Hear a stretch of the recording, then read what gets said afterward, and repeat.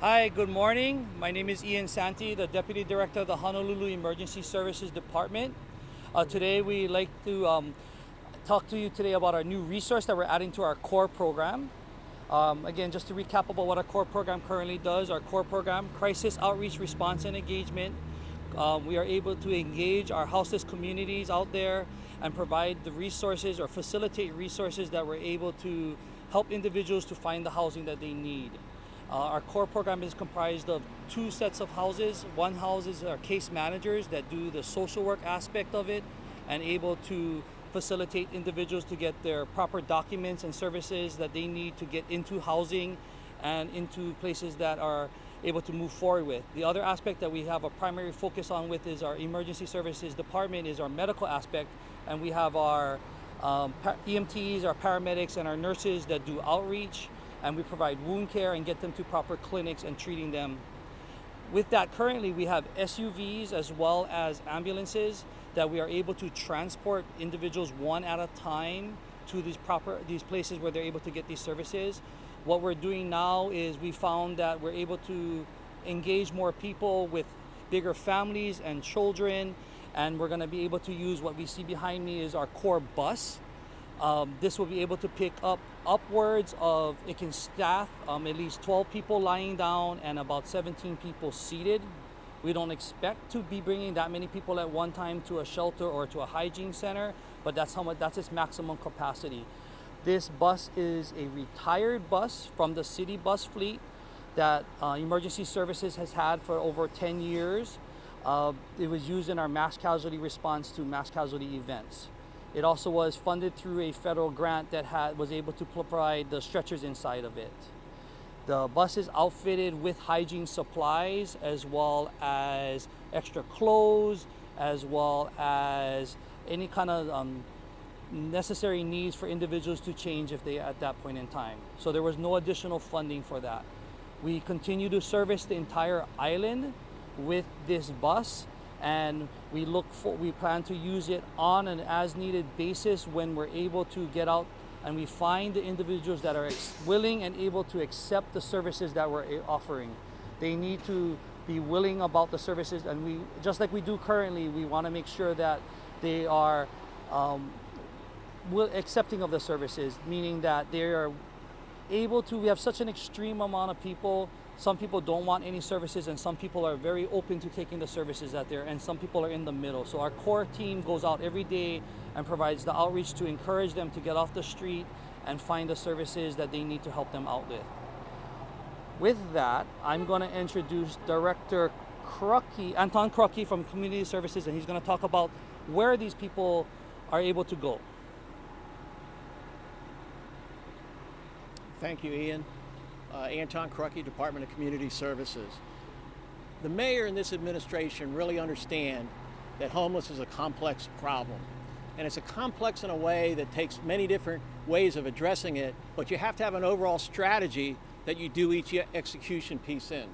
So as complex as homelessness is, the strategy really boils down to two significant pieces.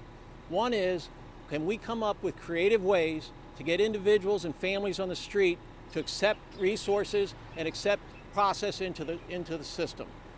And as this C.O.R.E bus is another piece, when we develop C.O.R.E is part of that strategy. A really creative way to engage people on the street so at that moment of need, we can address them and begin to get them to accept into the system of things that we would like to offer them.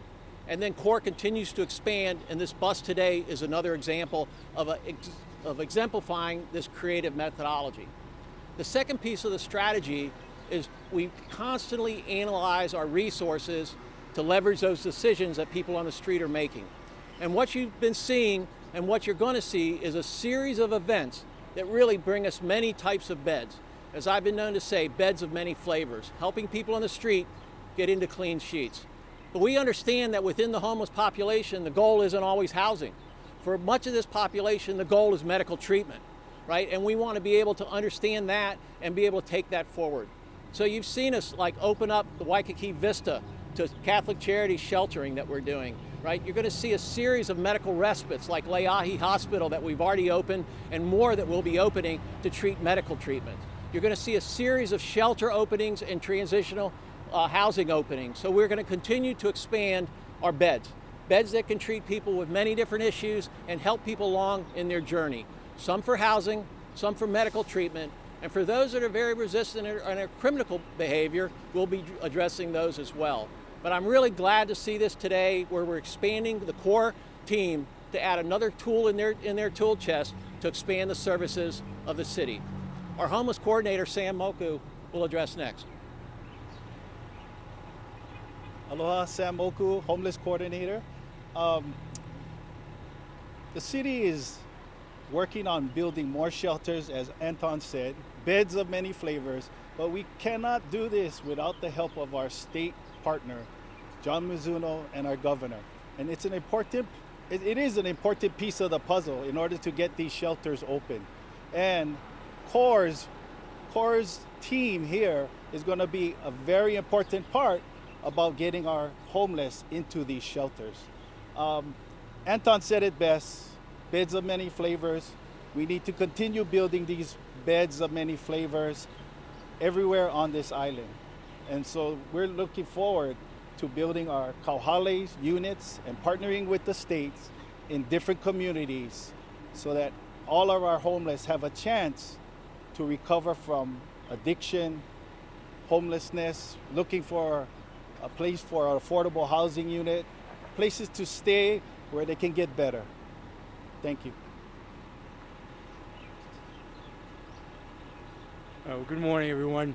Look, I'm really proud of our C.O.R.E team, and this is one more evolution of thought, if you will, in our ability to try to be as innovative as possible with our aggressive approach to treating our homeless. And I want to be clear about that.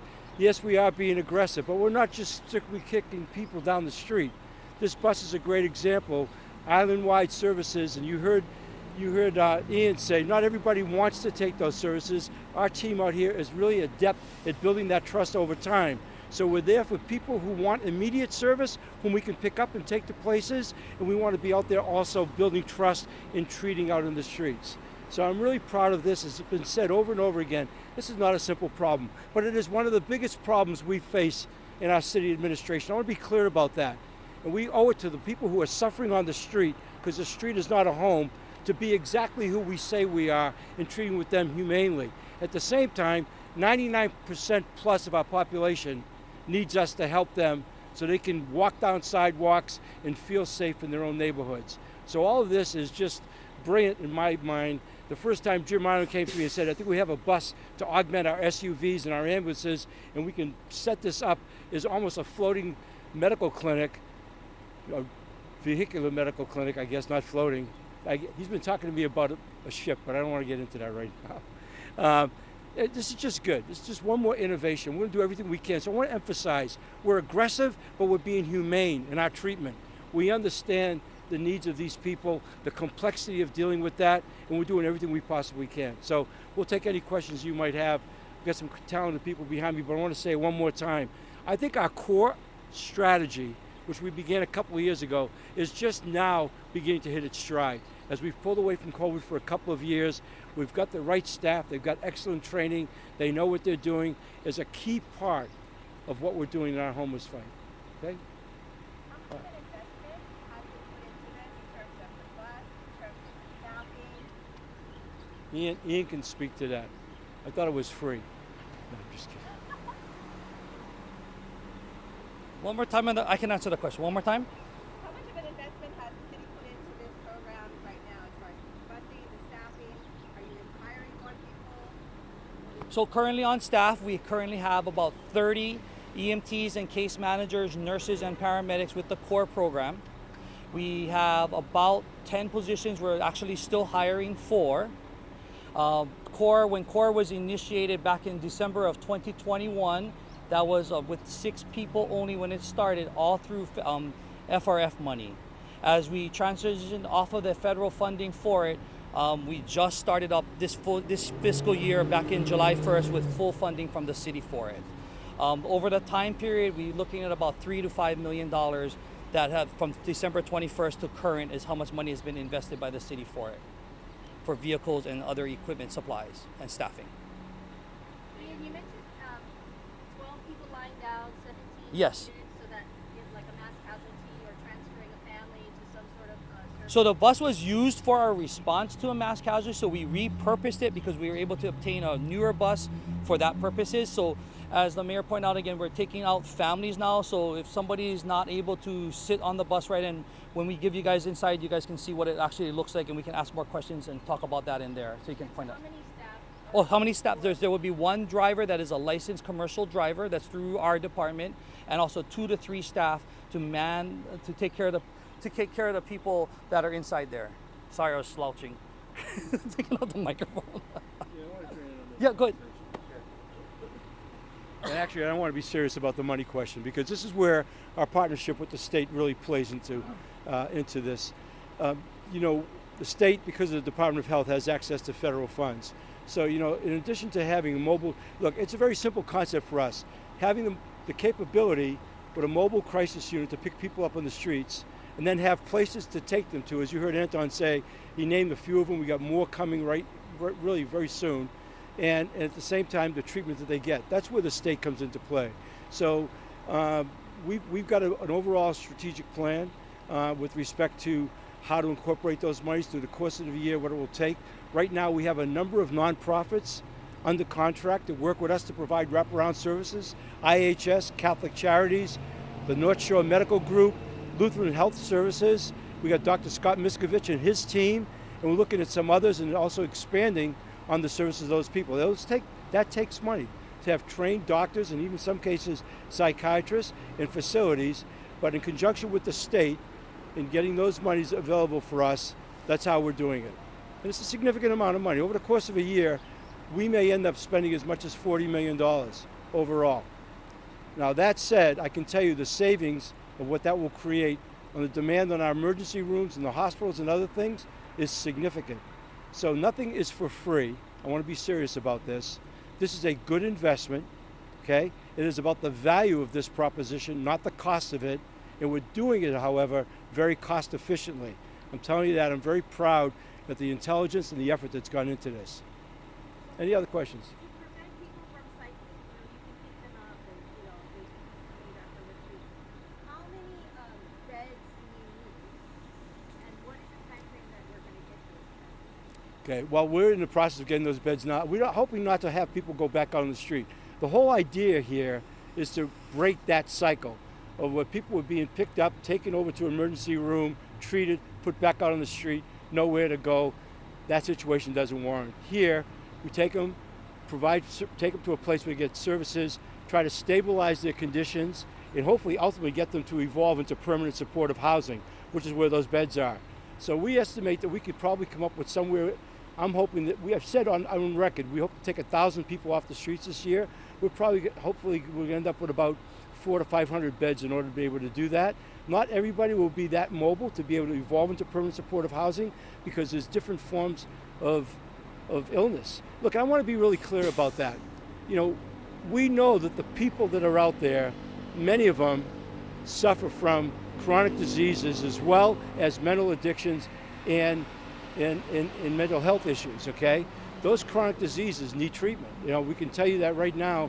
We've brought in people, you know, with cancers, with lung conditions, heart conditions, all kinds of maladies right there. They're really difficult. So this is really a humane approach in doing that. And I think that sometimes that part has been overlooked. The people are literally out in our streets being there left to languish and die. We don't want that to happen. Nobody should let that happen. This is a fight against that. And as a society, whatever that costs, we need to be able to do that to the best of our ability because we owe it to those people. They're our brothers and sisters. It could happen to anybody. In fact, we've seen people in homeless situations that have really surprised us. So I take nothing for granted in this fight against homelessness. Okay? All right. I really appreciate you being here. This is a great story. This really is. Thank you.